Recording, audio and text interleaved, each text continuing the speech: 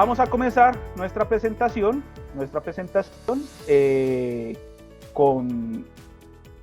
dando como un contexto, ¿vale? Dando contexto, entonces voy aquí a compartir pantalla, dando contexto que conocemos como sistema solar, porque precisamente esta presentación la hemos denominado de este webinar el nuevo sistema solar, y es que el sistema solar ha cambiado considerablemente desde años atrás, varias décadas en el tiempo. Aquí yo comparto mi pantalla, por favor me indican si están viendo pantalla completa.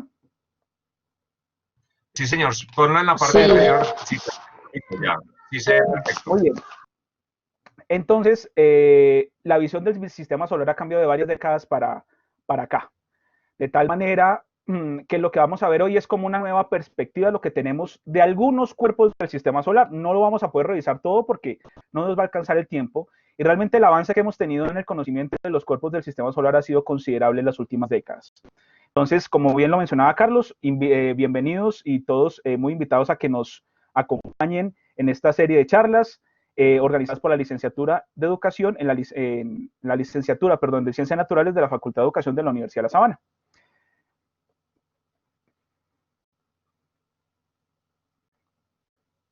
Ok, aquí ya vamos pasando de a poco las diapositivas. Muy bien, entonces, en esta nueva visión que tenemos del sistema solar, vamos a comenzar con un cuerpo que tal vez no tenga así o no esté muy presente, ¿verdad? En nuestras mentes cuando hablamos del sistema solar. Y es el cuerpo Ceres, que es el asteroide más grande del cinturón de asteroides. Este asteroide, pues fue en algún momento considerado inclusive el planeta que faltaba entre Marte y Júpiter. Hace parte del cinturón de asteroides y gracias a una misión que fue recientemente a visitar estos dos cuerpos grandes del cinturón de asteroides, que es la misión Dawn, que fue a visitar a Vesta y a Ceres, hemos podido encontrar que efectivamente Ceres tiene mucho más que ofrecernos que ser simplemente un punto por allá pequeño en el espacio. ¿Bien? Este es el primer mapa topográfico que tenemos de Ceres, en el cual se observan efectivamente terrenos de alta elevación, de baja elevación, de tal manera que esto nos representa una cierta dinámica en la superficie de este cuerpo menor del sistema solar. Bien, los terrenos azules indican las superficies más bajas, los terrenos de color rojo indican las superficies más altas. Hemos visto que los cráteres en la superficie de Ceres pues tienen un significado o que se pueden interpretar mejor como unas estructuras que nos hablan sobre la evolución de este cuerpo, ¿vale? Particularmente hay uno, no es el único, pero hay varios, entre ellos Ocator, que es un cráter que presenta depósitos salinos con gran albedo y en el cual se ha observado que estos depósitos han sido recientes. ¿Qué tan recientes? No se sabe. ¿Qué los produce? Tampoco lo conocemos, pero sí nos está hablando de una dinámica interna que digamos, durante muchísimos años se desconocía y que no se tenía ni siquiera presente. ¿Por qué? Porque al tratarse de un cuerpo tan pequeño, ni siquiera se podía considerar como un cuerpo diferenciado, es decir, que tuviera capas internas al igual que lo tiene la Tierra o que lo tiene Marte o que lo tienen otros cuerpos del sistema solar o la Luna, por ejemplo. Pero, gran sorpresa, sí vimos que está diferenciado y parte de esa actividad que va desde el interior hacia el exterior, pues refleja ese tipo de, lo refleja por ese tipo de estructuras. Ahora, Ceres también tiene una gran morfología superficial que presenta, ¿cierto?, en diferentes partes de su superficie. No solamente cráteres, también hay montañas. De hecho, Auna Mons es una montaña de 4 kilómetros de altura en un cuerpo que tiene 1000 kilómetros de diámetro. Eso es absolutamente increíble. O sea, tiene la mitad de la altura, un poco menos de la mitad de la altura del monte Everest para un cuerpo que es muy pequeño, ¿cierto? Como Ceres. A pesar de ser el grande del cinturón de asteroides, es un cuerpo muy pequeño. Y además, hemos visto, si ustedes alcanzan a observar en la presentación, en la diapositiva, hay concentraciones de sodio y concentraciones de carbonatos. Es decir, hay gran cantidad de elementos químicos y de moléculas un poco ya más complejas que componen la superficie de Ceres, indicando que efectivamente en su interior hay diferentes tipos de materiales. Los cráteres de impacto se caracterizan además por su forma, porque cuando se produce el impacto con la superficie de un cuerpo rocoso, el material que está más hacia abajo queda expuesto, entonces uno puede, de cierta manera, sin necesidad de ir hasta allá, observar qué está ocurriendo en el interior. Entonces eso es una gran ventaja. Este, por ejemplo, es el cráter Aulani, que tiene una, digamos, una historia bastante interesante, en la cual se pueden observar diferentes capas de estratos que han emergido desde el interior y que, por supuesto, hacen pensar a los científicos que los sedimentos y todo este material en superficie está soportado bajo una corteza, como una espesa capa de hielo o material enriquecido en hielo, ¿bien? Y si hay hielo, posiblemente, ¿verdad? Ese agua, el agua que está en estado sólido, pues podrían, no sé, tal vez haber microorganismos, es decir, también presenta un alto potencial desde el punto de vista astrobiológico. Bien, entonces Ceres es un primer cuerpo que llama mucho la atención. Otro cuerpo que sin duda alguna no deja de llamarnos la atención por su belleza, ¿verdad? De hecho, cuando en las noches despejadas vemos a veces un gran punto brillante en el cielo, es Júpiter, observado por primera vez en 1610 a través de un telescopio por Galileo Galilei, quien observó que de hecho no estaba solo, sino que tenía unos punticos que se movían, ¿verdad?, sobre el plano ecuatorial, haciendo referencia, pues, como a un pequeño sistema solar. De hecho, ahí Galileo vislumbró que no todo se movía alrededor del Sol. De hecho, que ni siquiera la Tierra era el centro del universo, sino que el Sol era el centro del universo, ¿verdad? El universo conocido, lo que se tenía en la concepción de aquel siglo XVII, inicios del siglo XVII. Y Júpiter es, por supuesto, pues un cuerpo que vale la pena observar a simple vista, y si nunca lo han visto a través del telescopio, es una maravilla. Esa visión cambió muchísimo cientos de años después, cuando por primera vez en la historia la misión Voyager, la Voyager 2 y la Voyager 1, que se lanzaron con 16 días de diferencia, visitaron y se aproximaron a Júpiter, de tal manera que allí ya se observaron algunos detalles de su atmósfera, de sus lunas, y por consiguiente nos cambió toda una perspectiva de lo que tenemos como planeta Júpiter, que al día de hoy también ha cambiado bastante, sobre todo en gran detalle, y no solamente de su apariencia, sino de su estructura interna, porque digamos, en los últimos años, la misión Juno, si mal no estoy, creo que esto se lanzó en el año 2000, o llegó a Júpiter en el año 2016, si mal no recuerdo, pero fue muy reciente. Ha estado tomando, o un poco antes tal vez, ha estado tomando varias imágenes y varios datos de Júpiter, entre esos estos mosaicos que vemos acá, en donde se ve una turbulenta atmósfera, se ven cientos de ciclones del hemisferio sur, se observa ya con claridad que esa atmósfera está compuesta por capas de diferentes densidades, de diferentes materiales. Entonces es pues bastante evidente que allí ocurre o este planeta tiene una dinámica que todavía estamos aprendiendo. Si bien conocíamos algo de Júpiter, hay todavía mucho para aprender. Vale la pena resaltar que la misión Juno, que ha tomado estas fotografías, si por allá puede apagar un micrófono que está de fondo, les agradezco, muy amables.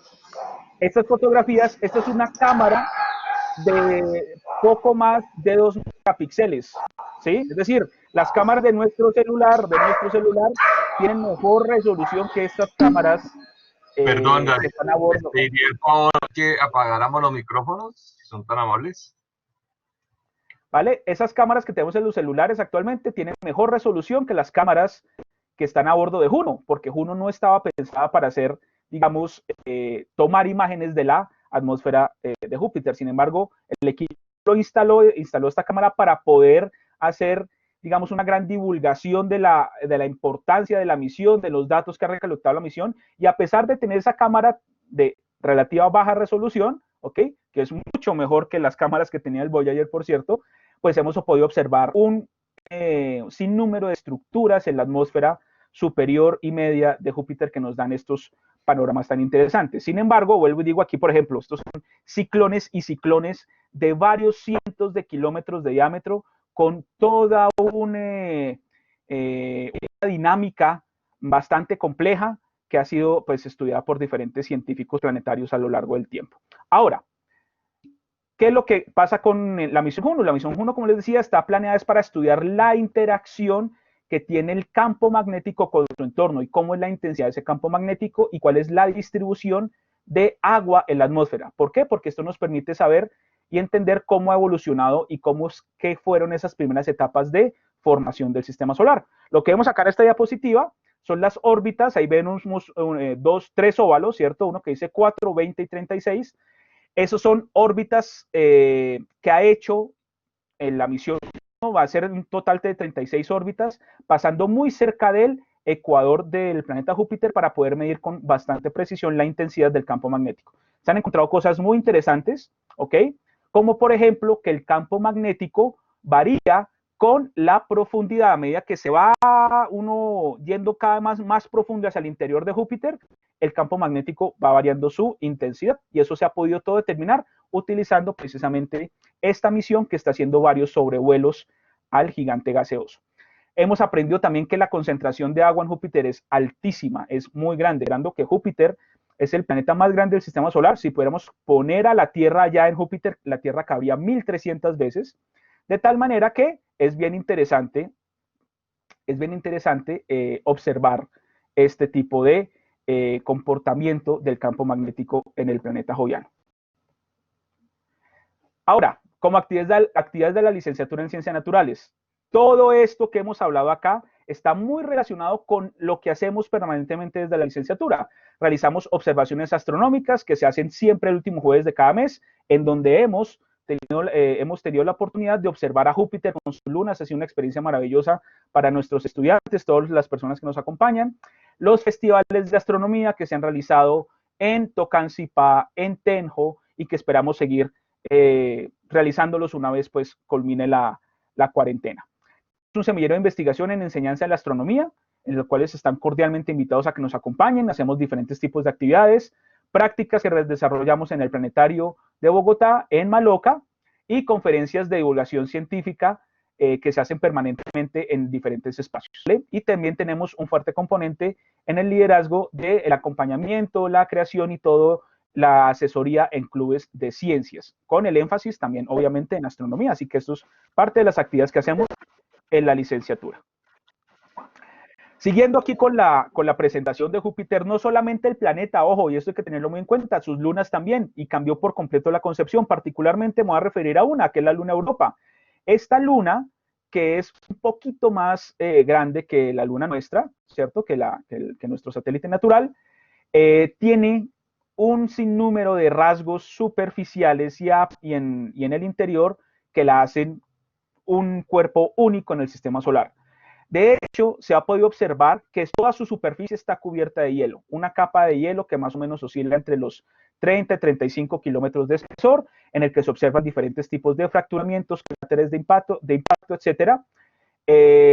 También se ha encontrado océano, o bueno, no encontrado porque no se ha observado, pero sí se ha detectado. Gracias a las misiones que van orbitando a Júpiter y que van pasando por sus lunas, se puede saber qué hay en el interior, ¿ok? Eso es, digamos, utilizando varios principios básicos en física, como el momento de inercia, la medición del campo gravitacional. Se ha podido saber y se ha podido determinar que debajo de toda esa espesa capa de hielo, existe un océano líquido. Y ese océano líquido debe estar siendo calentado por algo. Puede ser por fuerzas de marea, puede ser por actividad interna de la Luna en Europa, de tal manera que para los astrobiólogos, para los geólogos planetarios, este es un escenario pues envidiable. De hecho, se han planeado varias misiones, entre esas una que ya está lista, que está en preparación, es la misión Clipper de NASA, que va a ser un sobrevuelo para, digamos, tener mejor idea de qué lugares son apropiados para posteriormente enviar algún lander o algún cuerpo que penetre esa gruesa capa de hielo, ¿vale? Otro cuerpo del sistema solar que cambió por completo nuestra visión del vecindario cósmico es Plutón. De hecho, en el año 2006, hasta el año 2006, Plutón había sido considerado un planeta, ya no lo es. No quiere decir que se haya ido del sistema solar, no, simplemente que se le dio una clasificación diferente, es un planeta enano, descubierto por Clayton Bow en 1930 desde el observatorio Lowell en Flagstaff, en Arizona, este cuerpo ha mostrado ser mucho más interesante que lo que se creía en el inicio. Bien, observaciones. Esta, por ejemplo, perdón, me voy a volver. Esto es una fotografía original tomada por Clyde Tombaugh en 1930 desde el Observatorio Lowell, y ahí se ve precisamente Plutón. También fotografías, hay imágenes que muestran a Plutón visto desde el telescopio espacial Hubble, un telescopio que está en órbita, en el cual se ven algunas superficies más brillantes, otras más oscuras en este planeta enano, que indicaba que pues tenía unos rasgos superficiales bastante interesantes. De hecho, esta que está aquí en la parte inferior derecha va a ser la cara que posteriormente observó la misión New Horizons, que estas ya son fotografías tomadas por New Horizons, una misión que fue hasta Plutón y a muy corta distancia tomó varios fotogramas que posteriormente se unieron para hacer esta imagen compuesta, ¿ok?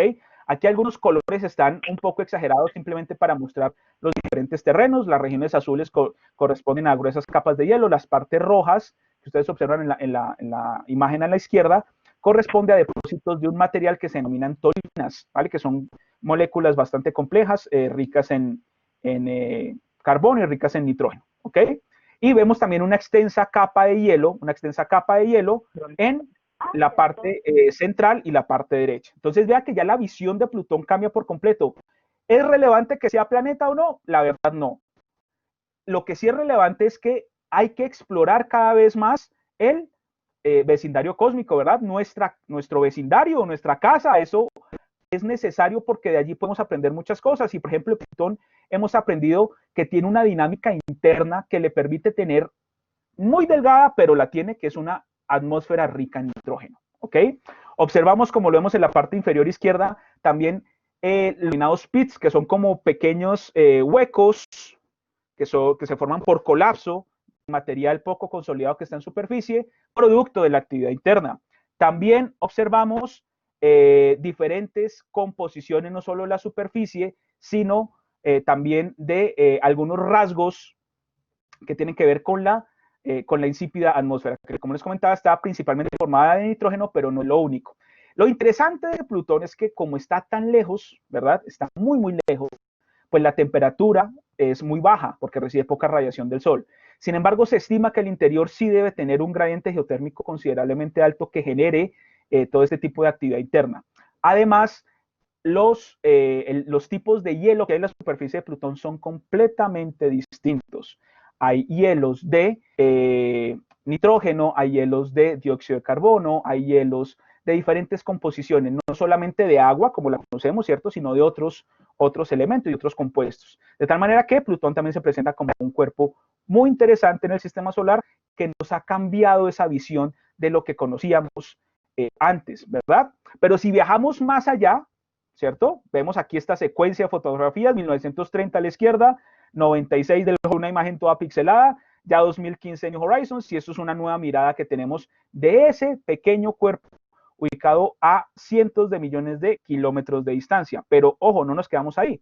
Si nos vamos más lejos, ¿cierto? En esa región que circunda el sistema solar, tenemos el cinturón de Kuiper, en donde también se estudió un cuerpo bastante interesante, Arrathok, antes conocido como Ultima Thule, este es el nombre oficial, que esto parece como una papa criolla con chichones, ¿cierto? O sea, unas dos papas ahí juntas, pegadas, en el cual su superficie, este es el color, digamos, original, eso es como lo viéramos a simple vista, está cubierto también de esas tolinas, de ese material rojizo que es muy abundante en las regiones externas del sistema solar. Y también hemos visto, gracias al estudio de estos cuerpos transneptunianos, ¿verdad?, que hay muchísimos más y que de hecho hay un cuerpo por allá que tiene una órbita bastante extraña. Esto fue descubierto por el equipo del profesor Mike Brown de Caltech, junto con otros científicos planetarios. Hay un cuerpo allá que tiene una órbita extraña, ¿sí? Tiene una órbita extraña que se ha sugerido ser el planeta 9. Sin embargo, está tan lejos que pocas observaciones se han podido realizar y pocos datos se tienen al respecto, así que se está realizando una campaña a nivel mundial para poder obtener más datos y poder establecer si este es realmente el 9º planeta. Pero como les digo, ya Plutón no es planeta, lo cual no le quita interés científico. Bien, otros planetas, ya yéndonos un poquito del sistema solar, ¿cierto? Esta nueva visión que tenemos del sistema solar también ha cambiado gracias a que hemos encontrado cuerpos orbitando alrededor de otras estrellas. Y esos cuerpos que han estado orbitando alrededor de otras estrellas, ¿verdad?, nos dan una perspectiva mucho más amplia para poder saber cómo es la distribución de cuerpos rocosos, de cuerpos gaseosos, cuál es la determinada zona de habitabilidad, que va a depender mucho de la estrella, y de esta manera ampliar nuestra visión del sistema solar, y por eso tenemos ya hoy día un nuevo sistema solar. No porque haya cambiado mucho, no porque hayan entrado planetas o tengamos cosas extrañas, simplemente es porque la exploración espacial nos ha permitido tener esta nueva visión, una visión un poco más amplia. Y los quiero dejar con esta frase, que para mí es muy significativa, y es que si pan y trabajo fueran la meta, no existirían las estrellas. Ahí no está completa, lo lamento.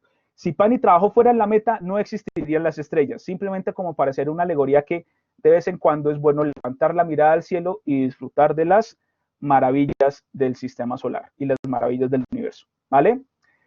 Yo creo que en esta parte, Carlos, sí le voy a dar la palabra, por favor.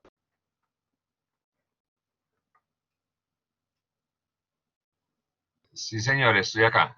Bueno, digamos que solamente tenemos un elemento importante que me parece para resaltar, que esto lo hace el profesor David, es uno de nuestros profesores de la licenciatura, y es la importancia de tener todos estos conocimientos que tenemos sobre astronomía, poderlos entender y poderlos llevar al aula de clase.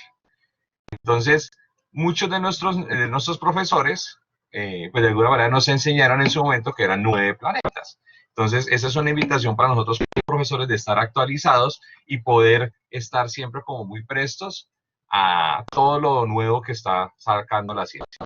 Y en el caso de los jóvenes, también están muy motivados para poder reconocer qué es lo que está dando la ciencia en el día a día. Entonces, todo esto que hacemos acá, el profesor David nos ayuda con las prácticas pedagógicas, es un profesor investigador. Entonces, David es un científico, pero también es un profesor que ayuda a formar profesores, es un profesor que ayuda a que los estudiantes puedan elegir un énfasis entre química, física, educación ambiental, ayuda como profesor de ciencias, al igual que todos nosotros, a que todos nuestros estudiantes que están formando salgan como profesores que saben enseñar ciencias en inglés, y algo que nos compete en el tema son profesores que saben enseñar astronomía.